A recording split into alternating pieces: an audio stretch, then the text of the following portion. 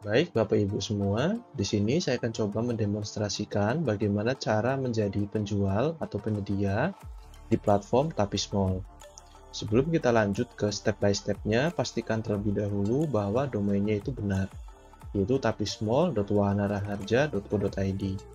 Apabila sudah, di sini kita masuk di bagian homepage awal dengan mengklik daftar penjual. Di sini ada beberapa data yang perlu diisikan, Bapak Ibu, di antaranya seperti nama sampai dengan nomor NPWP. Di bagian SIUP dan juga PKP, ini tidak usah diisi, tidak apa-apa, karena ini sifatnya untuk lembaga hukum. Jadi UMKM umum itu tidak perlu mengisikan data tersebut. Kita akan coba isi terlebih dahulu.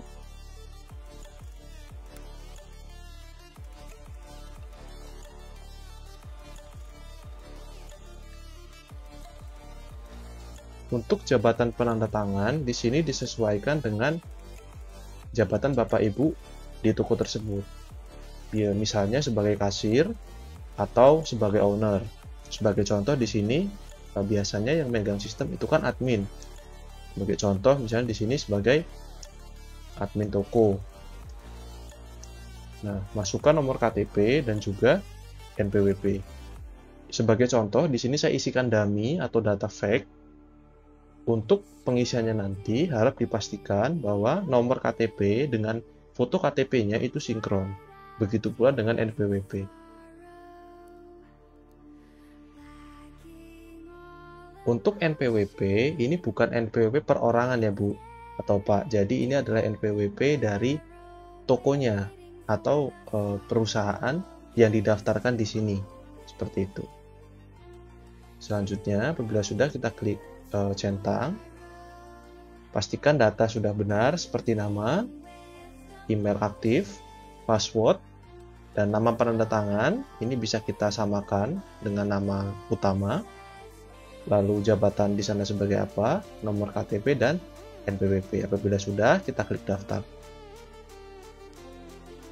Apabila sudah melakukan registrasi, di sini kita akan login dengan email yang tadi kita daftarkan. Ini adalah tampilan awal setelah berhasil melakukan login dengan akun yang tadi dibuat. Pertama-tama, di sini kita perlu mengisikan beberapa data terlebih dahulu yang sifatnya ini sekali saja. Proses transaksi nantinya itu tidak perlu penambahan atau verifikasi data lagi. Jadi ini adalah step pertama kali sebelum kita melakukan penambahan produk. Yang pertama, kita sorot email tadi di bagian pojok kanan atas, lalu pilih informasi akun. Di bagian informasi akun, silakan lengkapi data yang belum diisi, seperti nomor HP, lalu alamat. Apabila sudah sesuai, kita klik simpan. Selanjutnya kita perlu verifikasi email. Caranya kita klik verifikasi, kita kirim OTP, lalu kita buka email yang tadi didaftarkan. Lalu kita copy kode yang dikirimkan melalui email. Lalu kita submit, kita refresh, dan email sudah terverifikasi. Tahap selanjutnya, yaitu kita perlu menambahkan ID PPK. Klik di bawah pengaturan, ID PPK, lalu klik yang warna hijau di kanan atas, tanda plus. Nah, untuk ID PPK, ini bisa kita samakan dengan data yang tadi kita inputkan. Jadi sebagai contoh untuk nama, nomor telepon, lalu email. Untuk jabatan kita samakan. Untuk username, kita tulis Melisa dan passwordnya kita buat. Apabila sudah, kita klik simpan. Kita sudah selesai menambahkan ID PPK. Selanjutnya, kita perlu verifikasi toko dengan cara kita masuk di bagian pengaturan, di paling bawah kita pilih toko saya. Di bagian toko ada 4 teks yang di highlight seperti data diri sampai dengan informasi rekening. Untuk data diri, ini tidak usah diisi lagi karena sebelumnya sudah diisi.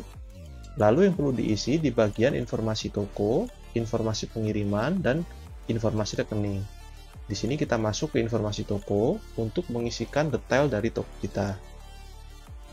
Sebagai contoh, nama toko di sini saya contohin nama toko ATK.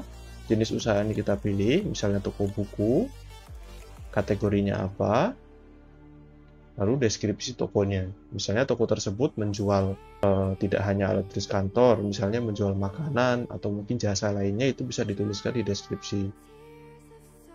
Untuk website, kalau tidak ada bisa dikosongkan saja, tidak apa-apa. Apabila sudah, kita klik simpan. Selanjutnya, kita masuk di informasi pengiriman. Informasi pengiriman untuk provinsi, di sini kita bisa pilih Provinsi Lampung sebagai contoh. Kotanya kita bisa pilih mana Lampung. Misalnya kita pilih Tanjung Senang dan juga Tanjung Senang. Untuk kode pos, ini sudah otomatis by system. Dan di bagian layanan pengiriman, kita bisa pilih dikirim oleh penjual. Untuk ongkir kita bisa pilih free ongkir saja. Nah, untuk alamat toko, di sini kita bisa geser sesuai dari titik pinpoint toko kita. Tinggal disesuaikan saja di mananya. Maka otomatis alamatnya akan langsung muncul. Apabila sudah, kita klik simpan.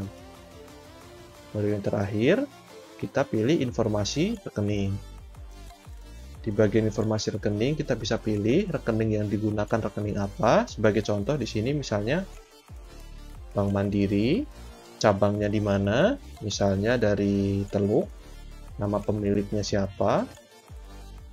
Untuk nomor rekening silakan dimasukkan dan upload buku tabungannya. Di buku tabungan ini harus include nomor rekeningnya dan juga ada nama dari pemilik. Ini sebagai contoh saja. Di sini step terakhir, kita perlu menunggu verifikasi dari admin Tapis Mall. Kalau nanti verifikasi sudah selesai, cara kita tahunya seperti apa? Jadi kita masuk di bagian produk, nantinya kita bisa menambahkan produk apabila sudah terverifikasi. Saya akan coba verifikasi terlebih dahulu dan perubahannya akan seperti apa. Sebagai contoh, ini sudah selesai diverifikasi. Apabila sudah selesai diverifikasi, kita refresh. Baru sekarang dari pihak penyedia bisa menambahkan produk. Untuk menambahkan produk, di sini bisa kita back terlebih dahulu di bagian home. Pilih di bagian toko saya. Lalu pilih di produk. Bapak Ibu semua bisa menambahkan produk dengan cara klik yang warna hijau atau tanda plus, lalu masukkan produk yang ingin ditambahkan. Sebagai contoh, lalu pilih kategorinya apa, lalu kita pilih kondisi barangnya, dan kita jelaskan deskripsi dari apa yang kita tambahkan.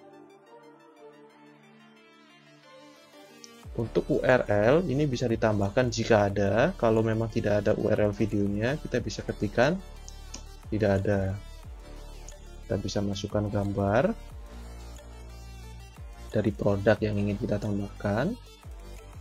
Lalu kita bisa masukkan harga produk. Jadi Bapak Ibu, apabila kita memasukkan harga 10 juta di harga produknya, maka sistem akan otomatis mengmarkup harga menjadi 11 juta sekian. Karena nantinya harga yang ditampilkan itu sudah termasuk pajak dan biaya platform. Jadi kalau misalnya nanti Bapak Ibu memasukkan harga 10 juta, tapi yang ditampilkan ini 11 juta, itu tidak apa-apa.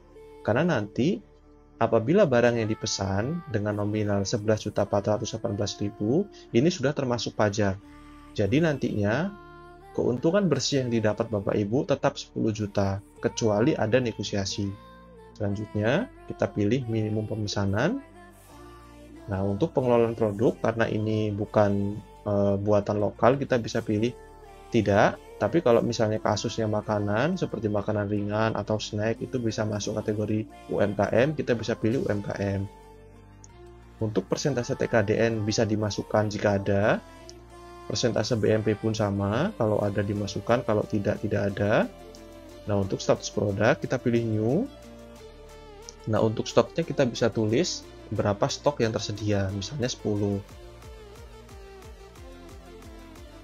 Baik, di tahap ini, Bapak Ibu sudah selesai menambahkan produk. Dan produk ini sudah tampil di etalase. Kita langsung cek. Nah, ini adalah produk yang tadi Bapak Ibu masukkan. Mungkin itu saja untuk step by step dari sesi penjual. Kurang lebihnya saya mohon maaf. Dan selamat berdagang.